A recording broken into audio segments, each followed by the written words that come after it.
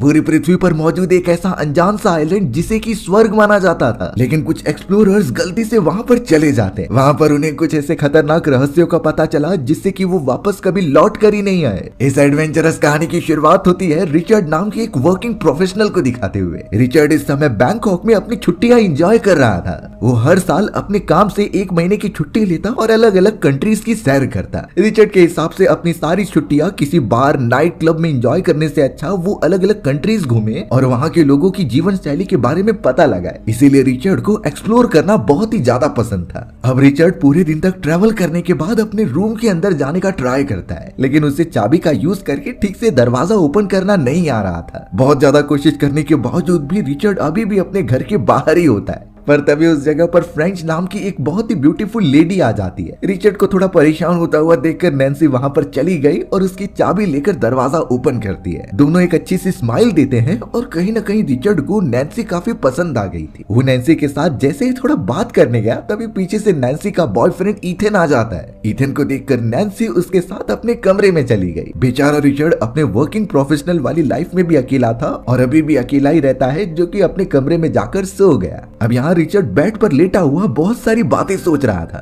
लेकिन तभी उसके ऊपर वाले हिस्से पर कोई अनजान आदमी अंदर आने का ट्राई करता है। लेकिन रिचर्ड बिल्कुल भी पैनिक नहीं होता, क्योंकि इस रूम में ज्यादा कुछ चोरी करने के लिए नहीं है। वो अनजान आदमी तो धीरे धीरे उस जगह को खोलने लगा और अपना सर निकालकर रिचर्ड से कुछ बातें करता है। उसने रिचर्ड से सिगरेट मांगी, लेकिन रिचर्ड के पास नहीं थी। पर बाद में वो आदमी रिचर्ड को ही खुद सिगरेट ऑफर करता है। लग रहा था कि वो आदमी रिचर्ड को कुछ इंपॉर्टेंट चीज बताना चाहता है। फिर जाकर उस आदमी ने सबसे इंपॉर्टेंट इंफॉर्मेशन रिचर्ड के साथ शेयर की। वो बताने लगा कि पूरी पृथ्वी पर एक ऐसा आइलैंड मौजूद है जो बहुत ही ज्यादा ब्यूटीफुल है, एकदम हेवन की तरह। वहाँ पर इतने सारे रिसोर्सेज हैं जो कि पृथ्वी पर और कहीं भी नहीं पाए जाते। वहाँ का पानी एकदम साफ और नीला है, जैसे लगेगा कि वो सच में हेवन में आ गए हैं। उस अनजान आदमी ने अब रिचर्ड से भी बताया कि कुछ लोग उस जगह पर जाने का ट्राई किए भी थे। उनमें से वो आदमी खुद भी होता है जो उस आइलैंड तक गया भी था। लेकिन इन सारी खूबसूरती और नेचर की ब्यूटी के साथ साथ वहाँ पर कुछ ऐसी अनजान बातें हैं जिससे कि बाकी बचे हुए लोग जो उस आइलैंड पर गए हुए थे वो कभी बाहर ही नहीं आ पाए। वो आदमी खुद उस जगह से किसी भी तरीके से निकल तो जाता है, लेकिन देखकर यही लग रहा था कि उसका भी दिमागी संतुलन थोड़ा ठीक नहीं है। वो बहुत ही ज्यादा अजीब बिहेव कर रहा था बातें करते समय। अब रिचर्ड यहाँ इस आदमी को एकदम से पागल समझता है और उसे जाने के लिए कह देता है। रिचर्ड को नींद आ रही थी तो वो अपने बेड पर जाकर लेट जाता है। अब यहाँ सुबह होने पर रिचर्ड को अपने दरवाजे के ऊपर एक कागज दिखाई देता है। इस कागज को ओपन करने पर पता चला कि इस पर तो मैप का लोकेशन है और ये थाईलैंड का ही लोकेशन होता है जहाँ एक अजीब तरीके के बीच का मेंशन किया गया था। रिचर्ड को लगने लगा कि शायद ये वही अनजान आइलैंड होगा जिसकी बातें वो पागल आदमी कर रहा था।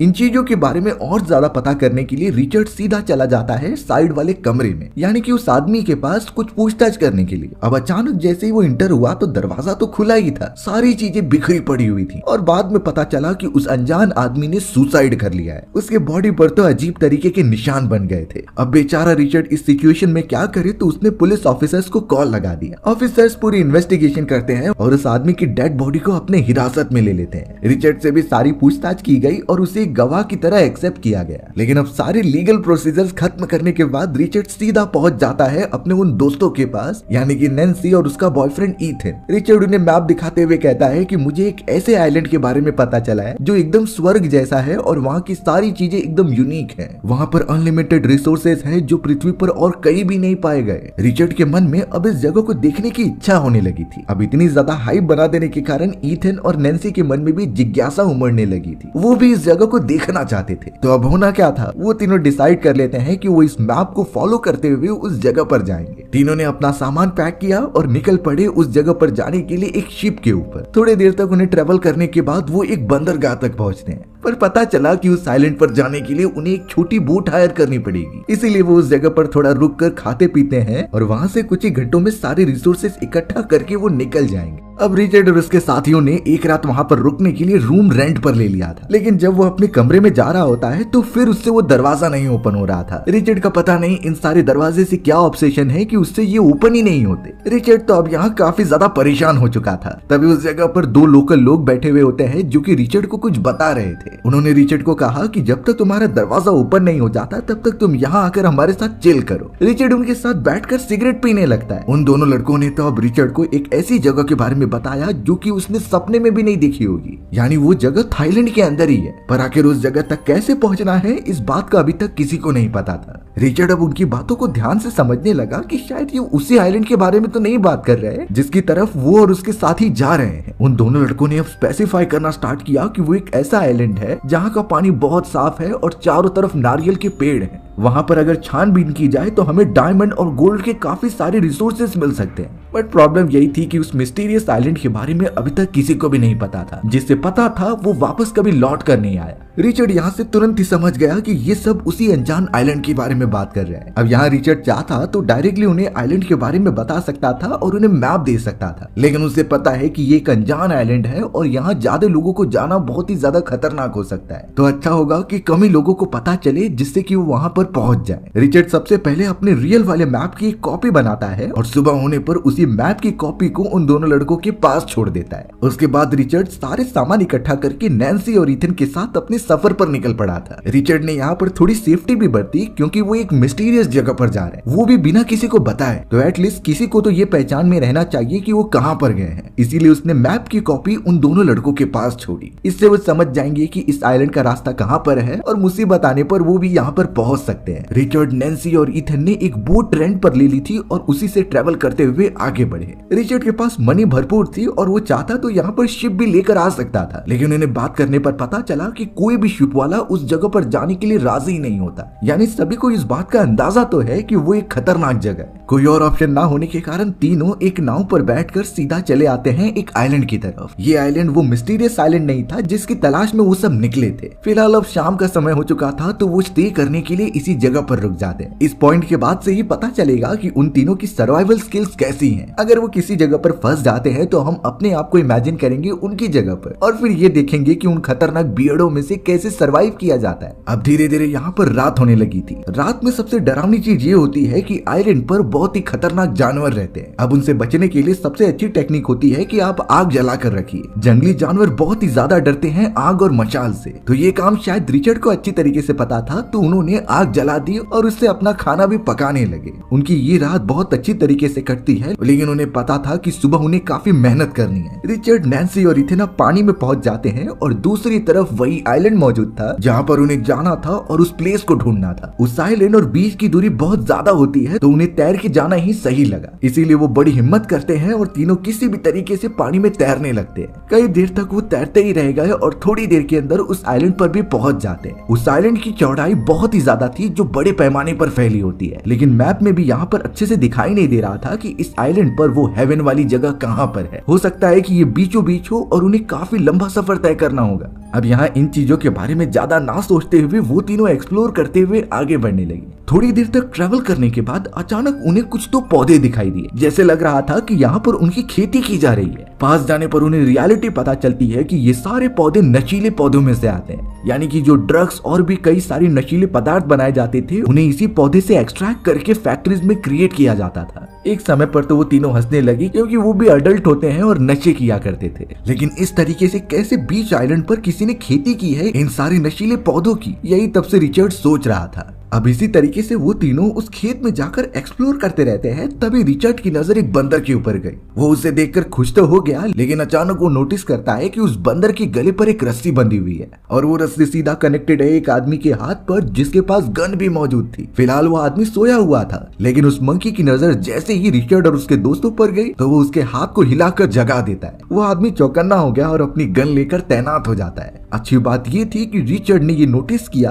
और वो नैन्सी और उसके बॉयफ्रेंड को लेकर खेत के अंदर छुप जाता है। बाद में पता चला कि उस जगह पर और भी कई सारे लोग मौजूद हैं जिनके पास एडवांस हथियार हैं और यही सारे लोग इस आइलैंड पर बड़ी बारीकी से इस तरीके के नशीले पदार्थों की खेती किया करते थे, क्योंकि ऑब्वियसली गवर्नमेंट ने इन चीजों पर बैन लगाया हुआ है। नशीले वाले पदार्थों के ऊपर जरा भी खेती नहीं की जा सकती और अगर कोई करेगा तो उसके ऊपर सख्त कार्रवाई की जाएगी। तो इसीलिए ये सारे लोग एक अलग ही आइलैंड पर ये खेती कर रहे थे ताकि कोई पहुंच ना पाए। अब उन्हें पता तो चल जाता है कि कोई उस जगह पर मौजूद है, इसीलिए लिए वो सभी खेत के अंदर हथियार लेकर घूमने लगे। बेचारे रिचर्ड और उसके सभी दोस्त किसी भी तरीके से छुपते हुए आगे जा रहे थे। उन्हें पता नहीं कि ये लोग अगर उन्हें पकड़ लेंगे तो क्या करेंगे, लेकिन ये कंफर्म था कि वो उन्हें छोड़ने नहीं वाले। यहाँ रिचर्ड, नैन्सी और ईथन किसी भी तरीके से ट्रैवल करते हुए उस पौधों वाले इलाके से बाहर निकलते, लेकिन शायद वो तीनों बहुत ही ज्यादा बदनसीब थे क्योंकि आगे जाने का रास्ता ही नहीं होता। वहाँ पर तो एक वाटरफॉल था जो बहुत ही बड़ा होता है। अब उन तीनों को समझता नहीं कि वो यहाँ से बाहर कैसे निकले। उस जगह से डायरेक्टली नीचे कूदना भी काफी खतरनाक हो सकता है, और अगर उन्होंने जल्दी कुछ डिसीजन नहीं लिया तो पीछे मौजूद वो सारे सोल्जर्स उनके पास पहुंच जाएंगे। लेकिन इस मोमेंट पर कभी हम फंस गए और हमें उस वाटरफॉल के अंदर कूदना हो बिना ये जाने कि वो कितना गहरा है। ऑब्वियस बात है कि अगर वो गहरा नहीं होगा तो ऊंचाई से कूदने पर उन्हें बहुत ज्यादा चोट लग सकती थी। तो सबसे पहले हमें ऊपरी वाले हिस्से से कुछ बड़े बड़े पत्थर फेंक के देखने चाहिए कि वो पानी के स्तर से कितना ज्यादा नीचे जा रहे हैं। अगर पानी से जमीन काफी ज्यादा नजदीक होगी तो पत्थर के टकराने की आवाज भी उन्हें सुनाई दे सकती है। ये ऑप्शन अगर नहीं काम करता है तो फिर पेड़ों की टहनियों का यूज करना चाहिए। पेड़ों की टहनियों को अगर निशाना लगाकर वहाँ पर फेंकेंगे तो उनकी तने पानी के अंदर जा सकते हैं, और वो तब तक नहीं रुकेंगे जब तक पानी के एकदम तल तक ना पहुंच जाए। ये मैं नहीं कह रहा, बल्कि बियर ग्रिल्स द्वारा दी गई सबसे अच्छी एडवाइस है इन जगहों पर सरवाइव करने के लिए। उन्होंने ऐसी कंडीशन आने पर पेड़ पौधों की टहनियों से ही चेक किया है कि पानी कितना गहरा है। लेकिन अब इस जगह पर रिचर्ड और ईथन जो एक दूसरे से बहस करने लगे थे कि आगे क्या किया जाए, पागल नैन्सी बिना कुछ सोचे वहाँ से डायरेक्टली जंप लगा देती है। नैन्सी के इतने बहादुरी दिखाकर पानी में कूदते ही अब वो दोनों भी पीछे पीछे आ गए थे। अच्छी बात हुई कि वो पानी काफी गहरा था। पानी की तल एकदम नीचे होती है जिससे उन्हें जरा भी चोट नहीं लगी। लेकिन इस तरीके का रिस्क हमें नहीं लेना है। हमारे मास्टर बियर ग्रिल्स द्वारा बताई गई सारी चीजों को फॉलो करना ही चाहिए। अब यहाँ रिचर्ड, नैन्सी और ईथन को ये चीजें करने में मजा भी आ रहा था, पर अचानक साइड में मौजूद एक आदमी उनके लिए ताली बजाने लगता है। वो तो हंसते हुए ये कहने लगा कि मुझे ये करने में कई दिन लग गए थे, तुम तीनों ने ये पहली बार कर दिया, यानी तुम लोगों में बहुत ही ज्यादा हिम्मत है। अब तो वो ब्लैक आदमी सीधा उन तीनों को लेकर अपने बस्ती में चला गया। रिचर्ड, नैन्सी और ईथन इस पूरे आइलैंड पर मौजूद इतने सारे लोगों की बस्ती देखकर एकदम चौंक जाते। पता चला कि ये सारे लोग यहाँ पर ट्रेवल करने नहीं आए, बल्कि वो तो इसी जगह पर रहते हैं और अपना जीवन यापन करते हैं। ये जगह पूरी तरीके से बाहरी दुनिया से एक्सट्रैक्टेड थी। ना ही यहाँ पर टेक्नोलॉजी होती है और ना ही कोई सेल फोन। यहाँ सारी आधुनिकता एकदम से उस जमाने की थी जैसा कि इंसानी प्रजाति फॉरेस्ट में रहा करते थे। इनफैक्ट इस पॉइंट पर कई लोगों का मानना है कि गॉड और भगवान ने जो हमें जन्म दिया है वो आधुनिकता के लिए नहीं बल्कि अपनी सर्वाइवल के लिए। इसीलिए इस कबीले के लोग यही चीजें फॉलो करते हैं और सिर्फ उतना ही काम करते हैं जिसमें कि उनका सर्वाइवल हो जाए। ना ही उन्हें 9 to 5 ऑफिस जाना है और ना ही कोई बड़े बिजनेस संभालने हैं। सिंपल सी लाइफ थी और सिंपल से मोटिव थे कि उन्हें सरवाइव करना है और अपनी जिंदगी गुजारनी है। अब रिचर्ड, नैन्सी और ईथन का स्वागत वो लोग अच्छी तरीके से करते हैं और उन्हें उनके लीडर के पास लेकर जाया गया। उस कबीले के लीडर का नाम सेल होता है। सेल जब उन तीनों को देखती है तो पूछने लगी कि तुम्हें इस जगह के बारे में किसने बताया। तब जाकर रिचर्ड उसे डिटेल प्रोवाइड करता है कि मेरे साइड में एक आदमी मौजूद था जिसने कि इस जगह की मुझे मैप बना कर दिया, लेकिन अफसोस की बात है कि वो आदमी ने सुसाइड कर लिया और वो मारा गया। सेल तुरंत ही समझ जाती है और कहने लगी कि उसी अनजान आदमी ने इस जगह के बारे में पहले पता किया था, उसी के वजह से हम यहाँ पर आए और एक बस्ती बना ली। पर कुछ समय के बाद वो आदमी एकदम से मेंटली चैलेंज्ड हो गया। उसे कुछ समझ नहीं रहा था और वो इस जगह को छोड़कर हमेशा हमेशा के लिए चला गया था। सेल को भी दुख है कि वो आदमी मर चुका है। अब सेल यहाँ पर उन तीनों से एक और बात पूछती है कि तुम यहाँ पर आ तो गए, लेकिन इसके बारे में तुमने किसी और को बताया है कि नहीं। अब नैन्सी और ईथन ने तो इसके लिए मना कर दिया, पर रिचर्ड को पता था कि उसने आते आते 2 लोगों को इसके बारे में बताया है, लेकिन फिर भी वो झूठ बोल देता है कि मैंने किसी को नहीं बताया। ये बातें सुनने के बाद सेल ने वो एग्जिस्टिंग मैप भी जला दिया था, क्योंकि वो नहीं चाहती थी कि बाहरी दुनिया का कोई और भी इंसान यहाँ पर आए। अगर सभी लोगों को इसके बारे में पता चल गया तो ये जगह भी पूरी भर जाएगी। आधुनिक लोग तो इसे अपना टूरिस्ट स्पॉट बना लेंगे। रिचर्ड और उसके दोनों साथी इस बात को बड़ी अच्छी तरीके से समझ रहे थे। अब वो तीनों तो बड़े मजे से उस आइलैंड को एक्सप्लोर करने लगे होते हैं। ट्रैवल करते हुए तीनों उस बीच के पास पहुंचे जो बहुत ही ब्यूटीफुल था। वहाँ का पानी लिटरली नीला और एकदम साफ होता है और चारों तरफ पर्वत श्रृंखलाएं फैली हुई थी जो इसकी ब्यूटी में और ज्यादा इनहेंसमेंट कर रही होती है। रिचर्ड और उसके साथी तो ये नजारा देखकर एकदम से दंग रह जाते हैं। उन्होंने तो अपनी लाइफ में ऐसी खूबसूरत जगह देखी नहीं थी। इनफैक्ट रिचर्ड के हिसाब से जैसा कि इस जगह को हेवन कहा जाता है ये वैसा ही है। रिचर्ड, नैन्सी और ईथन ने तो कुछ समय तक यहीं रहने का डिसाइड कर दिया था। वहाँ के सभी लोग उन तीनों को अपना मेहमान मान रहे थे और अपनी जीवन शैली की चीजें सिखाते हैं, जैसे कि वहाँ के साफ पानी में मिलकर फिशिंग करना और कई सारे गेम्स खेलना। सभी उस जगह पर एकदम फ्री थे और कैसे भी अपनी जिंदगी गुजार सकते थे। किसी को भी काम का प्रेशर नहीं और ना ही फैमिली संभालने का। ऐसी आराम की जिंदगी तो रिचर्ड बहुत पहले से ही चाहता था और ये सारी चीजें वही महसूस कर सकता है जिसका पूरा टाइम ऑफिस के वर्क में ही जाता था, यानी 9 to 5 जॉब करना और फिर घर पर आ जाना और दुनिया भर की सारी मजे की चीजें छोड़कर वही चीजें फॉलो करते रहना।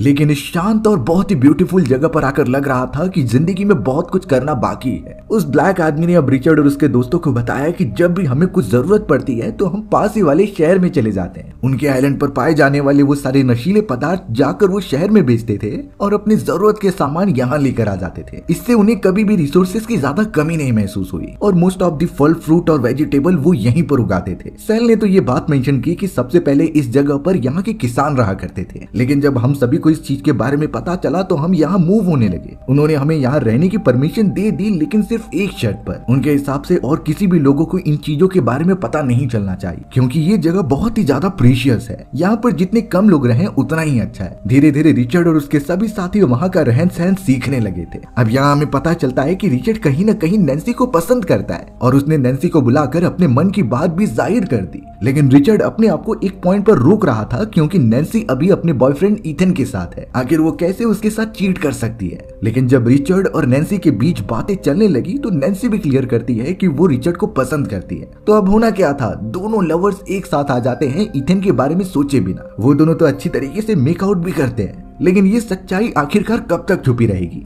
अगले दिन ईथन को भी इन चीजों के बारे में पता चल जाता है। वो सबसे पहले रिचर्ड के ऊपर काफी गुस्सा हो रहा था। उसने एज अ फ्रेंड उसे एक्सेप्ट किया होता है, लेकिन रिचर्ड ने उसे धोखा दिया। गुस्से में आकर ईथन ने नैन्सी से ब्रेकअप ही कर लिया था। यानी कि एक तरीके से रिचर्ड और नैन्सी अब पूरी तरीके से आजाद हैं। अब वो दोनों अच्छी खासी रिलेशनशिप में आ जाते हैं, जिसमें कि वो काफी मजे कर रहे थे। अब एक दिन उस आइलैंड पर बहुत ही तेजी से बारिश होने लगी थी। सभी लोग पेड़ पौधों के नीचे जाकर छुप जाते हैं और वो कहने लगे कि अभी हम फिशिंग करने नहीं जा सकते। बारिश के समय बड़ी बड़ी लहरें उठती हैं और इस मोमेंट पर मछली पकड़ना बहुत खतरनाक हो सकता था। लेकिन रिचर्ड इन चीजों को नहीं मानता। उसे कुछ एक्साइटिंग चीजें करनी थी, तो वो चैलेंज एक्सेप्ट करता है कि वो इस टाइम पर भी जाकर फिशिंग करेगा। सभी उसे रोक रहे थे, लेकिन रिचर्ड सीधा पानी में चला गया एक भाले को लेकर। उसका मानना था कि वो सबसे बड़ी मछली पकड़ कर लाएगा। अब रिचर्ड थोड़ा आगे बढ़ता ही है, जिसमें कि पानी का बहाव काफी तेज हो गया था। अब अचानक पीछे की तरफ से जो सारे लोग मौजूद थे वो रिचर्ड को वापस आने के लिए कह रहे होते हैं। रिचर्ड उनका इशारा समझ नहीं पाता और फिर बाद में पता चला कि उस पानी के अंदर एक शार्क मौजूद है।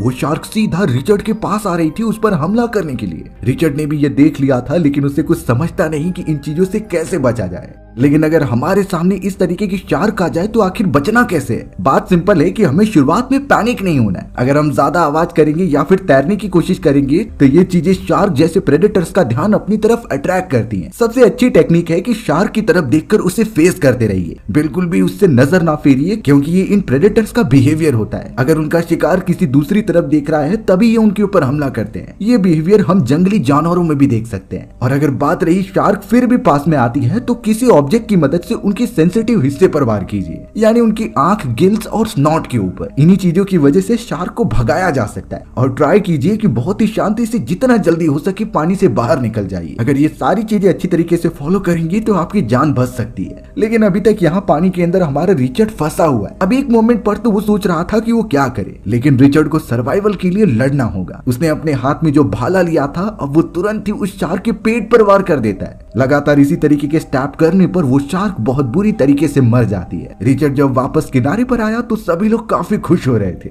एक तरीके से रिचर्ड इस मोमेंट के बाद उन सभी के बीच काफी फेमस हो गया था। हर कोई रिचर्ड को अब सबसे ज्यादा बहादुर समझता था। अब अगले दिन यहाँ पता चलता है कि उन्होंने राइस की जो खेती की थी वो पूरी तरीके से सड़ चुकी है, यानी उनका बहुत सारा सामान बेकार हो चुका था। उनके पास रिसोर्सेज की बहुत कमी थी, तो अब उन्हें शहर जाना पड़ेगा वो सब लाने के लिए। सेल तो अब ये डिसाइड करती है कि रिचर्ड मेरे साथ चलेगा शहर में वो सारी चीजें लाने के लिए। रिचर्ड इस बात को मना नहीं कर पाता और अब सभी लोग उसे अपनी अपनी चीजें बताने लगे कि उन्हें क्या चाहिए। कुछ ही समय में रिचर्ड और सेल शहर में मौजूद होते हैं और कई सारे सामान इकट्ठा करने लगते हैं। अब यहाँ रिचर्ड को बहुत ही अजीब लग रहा था शहर के अंदर। वो तो जल्द से जल्द उसी शांत भरे हुए आइलैंड पर जाना चाहता था, क्योंकि ये शहर में बहुत ही ज्यादा शोर शराबा है। सभी लोग एक मैट्रिक्स से बंधे हुए हैं जो कभी बाहर नहीं निकल सकते। तो यही रीजन है कि रिचर्ड अब उसी आइलैंड पर रहना चाहता है। साथ ही साथ उसने खुद से भी प्रॉमिस किया कि वो इन चीजों के बारे में किसी को नहीं बताएगा। अब यहाँ रिचर्ड और सेल एक बार में मौजूद होते हैं जहाँ पर अब वही दोनों लड़के आ जाते हैं जिन्हें की रिचर्ड ने मैप प्रोवाइड किया था। उन दोनों लड़कों के साथ उनके फ्रेंड्स भी होते हैं जो कि सीधा रिचर्ड को आकर थैंक यू कह रहे थे। उन्होंने बताया कि वो कुछ ही समय में उस आइलैंड पर जाने वाले हैं वो जगह देखने के लिए। बट रिचर्ड बात चेंज करते हुए ये कहने लगा कि वो सब एक मजाक था, मैंने तो ऐसे ही कोई रैंडम मैप तुम्हें दे दिया और ऐसी जगह तो कभी एग्जिस्ट ही नहीं करती। बट वो लोग इतने पागल नहीं थे, वो रिचर्ड की बातों पर भरोसा नहीं करते और अपनी एक्सप्लोरेशन जारी रखते हैं। इन चीजों के बारे में अब सेल को भी पता चल गया था। सेल थोड़ा सा गुस्सा होती है कि रिचर्ड ने उन लोगों को भी आइलैंड के बारे में बताया, पर सेल ने यहाँ रिचर्ड को कहा कि मैं ये बातें आइलैंड पर मौजूद किसी को नहीं बताऊंगी, लेकिन इसके बदले तुम्हें मेरे साथ मेकआउट करना होगा। रिचर्ड कुछ नहीं सोच पाता और आखिर में उसे सेल की बात माननी ही पड़ती है। दोनों एक दूसरे के साथ अच्छे मोमेंट गुजारते हैं और निकल पड़ते हैं सारे सामान लेकर आइलैंड की तरफ। रिसोर्सेस अच्छी तरीके से उनके पास मिल चुके थे, सभी लोग काफी खुश हो जाते हैं और अपनी लाइफ उसी तरीके से गुजारने लगते हैं। अब अगले दिन पता चला कि फिशिंग करते दौरान एक शार्क ने उनके 2 साथियों को घायल कर दिया है। उनमें से एक साथी तो मर ही चुका था और दूसरा वाला बहुत गंभीर तरीके से घायल होता है। उन्हें जल्द से जल्द किनारे पर लाया गया। अब प्रॉब्लम की बात ये होती है कि उनके पास उतनी मेडिसिन नहीं थे और किसी डॉक्टर को इस आइलैंड पर बुलाने का रिस्क वो नहीं लेना चाहते, तो इसीलिए वहाँ जितने भी इक्विपमेंट्स मौजूद थे वो उस घायल आदमी का अच्छी तरीके से इलाज करते हैं। लेकिन उस आदमी के साथ सभी को पता था कि ये बचने वाला नहीं है। कई दिनों तक तड़पते रहने के बाद उसे एंड में जाकर फॉरेस्ट में छोड़ दिया गया। इथेन तो उन सभी को कह रहा था कि हमें इसे शहर में लेकर जाना चाहिए, लेकिन कोई उसकी बात नहीं सुनता और सभी उसे फॉरेस्ट में छोड़कर चले जाते हैं। इथेन तो उसी आदमी के साथ एंड तक टिका रहता है। अब एक रात जब रिचर्ड सो रहा था तभी उसे सेल आकर जगाती है। वो तो उसे लेकर किनारे पर चली गई और दूसरी तरफ दिखाती है कुछ लोगों को जो वही थे जिन्हें की रिचर्ड ने वो मैप दिया था। उनके हाथ में वो मैप देखकर सेल एकदम से चौंक गई, क्योंकि रिचर्ड ने उसे ये नहीं बताया कि उसने ओरिजिनल मैप का एक और डुप्लीकेट मैप बनाया था और यही मैप उसने उन लोगों को दिया है। सेल ने रिचर्ड को ये पनिशमेंट दी कि तुम यही रहोगे और जब वो लोग इस आइलैंड की तरफ आएंगे तो तुम्हें उन्हें वापस भेजना है और मैप को भी उनसे लेकर जला देना है। सेल तो चली जाती है, लेकिन रिचर्ड अब काफी अकेला हो चुका था। वो अब उसी जगह पर रुक जाता है जो कि अब काफी रात हो चुकी थी। थोड़ी देर में अचानक वहाँ पर नैन्सी आती है। नैन्सी ने तो रिचर्ड को एक स्लैप कर दिया, क्योंकि सेल ने कबीले के सारे लोगों को सच्चाई बता दी है कि कैसे रिचर्ड ने उन लोगों को मैप दिया था और ये भी कि सेल और रिचर्ड के बीच कितनी क्लोजनेस आ चुकी थी शहर के अंदर। रिचर्ड यहाँ नैन्सी को सब समझाने का ट्राई तो करता है, लेकिन नैन्सी उससे ब्रेकअप करके चली जाती। अब बेचारा रिचर्ड एकदम से परेशान हो चुका था। वो अब वापस कबीले वालों के पास भी नहीं जा सकता, क्योंकि वो उसे अपना दुश्मन मानने लगे थे। रिचर्ड तो बेचारा उसी किनारे पर रुकता है ताकि वो दूसरे लोगों को आने से रोक दे। वो तो उनकी हर एक चीजों पर नजर रख रहा था कि वो क्या कर रहे हैं। बट अब ये पूरा एनवायरनमेंट जो उसकी तरफ बन चुका है उसमें रिचर्ड एकदम से पिसने लगा था। उसके दिमाग में तो अजीब तरीके के विजन्स आने लगे थे जो एग्जिस्ट ही नहीं करते।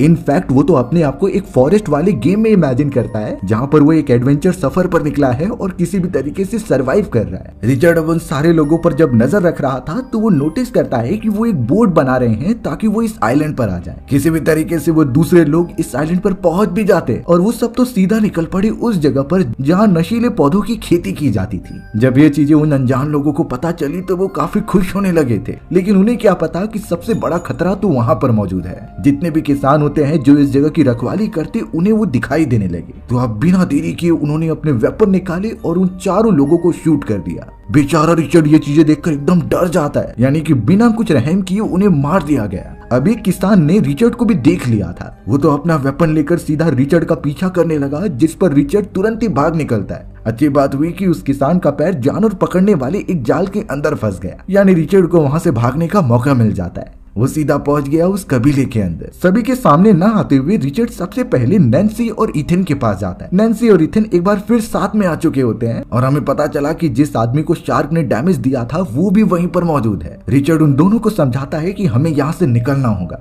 ये जगह बहुत ही ज्यादा खतरनाक होती जा रही है। उसने वो भी इंसिडेंट बताया कि कैसे कुछ लोग इस आइलैंड पर आए थे, लेकिन उन किसानों ने बेरहमी तरीके से उन्हें मार दिया। तो हो सकता है कि वो सब हमें भी जल्द से जल्द खत्म कर दे, इसीलिए हमें इस आइलैंड से वापस शहर में जाना चाहिए। सबसे पहले रिचर्ड नैन्सी और इथेन को जाने के लिए बोलता है, जो कि किनारे पर चले गए। लेकिन रिचर्ड उस घायल पड़े हुए आदमी को देख नहीं पा रहा था, इसीलिए उसने उसका काम आसान कर दिया और उसका मुंह और नाक बंद करके उसकी जान ले ली। ये उसके लिए सबसे आसान मौत थी। पर अगले मोमेंट में पीछे से रिचर्ड के सर पर किसी ने हमला कर दिया। रिचर्ड वहीं वहीं पर बेहोश हो जाता है। थोड़ी देर बाद जब उसकी आंखें खुली तो सामने की तरफ उन किसानों का लीडर मौजूद था। सारे कबीले वाले जुट चुके थे, जिसमें कि किसान बताता है कि हमारे इस आइलैंड पर कई और लोग भी आ रहे हैं और ये चीजें तो शुरुआत से ही मना की गई थी। और उसके पास तो मैप भी होता है जिसे कि रिचर्ड ने बनाया था। वो किसान तो सेल के ऊपर ही गुस्सा होने लगा, क्योंकि उसने पहले भी बोला होता है कि इस आइलैंड पर उनके अलावा और कोई भी नहीं आएगा। फिर आखिरकार उन्होंने ये मैप क्यों बनाया और इतने सारे लोग यहाँ पर क्यों आ रहे हैं। और जब उस किसान को ये पता चलता है कि रिचर्ड ने ही उस मैप का डुप्लीकेट बनाया था तो वो और भी ज्यादा गुस्सा हो गया।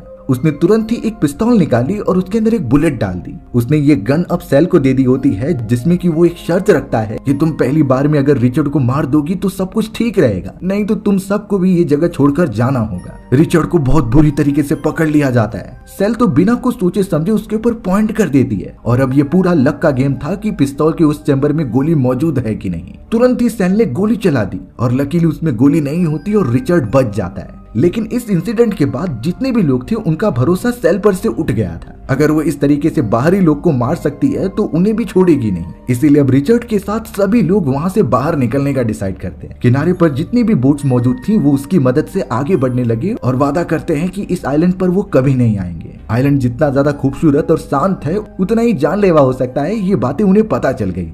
अब इस बात को यहाँ कई महीने बीत जाते हैं। रिचर्ड भी अपने वर्किंग लाइफ में वापस आ चुका था, लेकिन वो उन मोमेंट को कभी भूल नहीं पाएगा जो कि उस आइलैंड पर बिताए हैं। वो एकदम साफ नदियां और ब्यूटीफुल नजारे। अब यहाँ रिचर्ड ने जब अपना मेल बॉक्स ओपन किया तो नैन्सी ने उसे एक मेल किया होता है। उसे ओपन करने पर पता चला कि उसके अंदर तो आइलैंड पर ली गई सारी वीडियो फुटेजेस हैं। उन्हें देखकर रिचर्ड काफी खुश हो गया और उसकी यादें ताजा हो गई। हमारी भी कहानी इसी तरीके से यहीं खत्म हो जाती है। सो व्यूअर्स, आपको ये स्टोरी कैसी लगी कमेंट सेक्शन में बताना भूलना मत। और अगर आपको मेरा एक्सप्लेनेशन 1% भी अच्छा लगा होगा ना तो वीडियो को लाइक एंड चैनल को सब्सक्राइब जरूर कर देना। मिलते हैं इसी तरीके की मजेदार वीडियोस में, तब तक के लिए बाय बाय।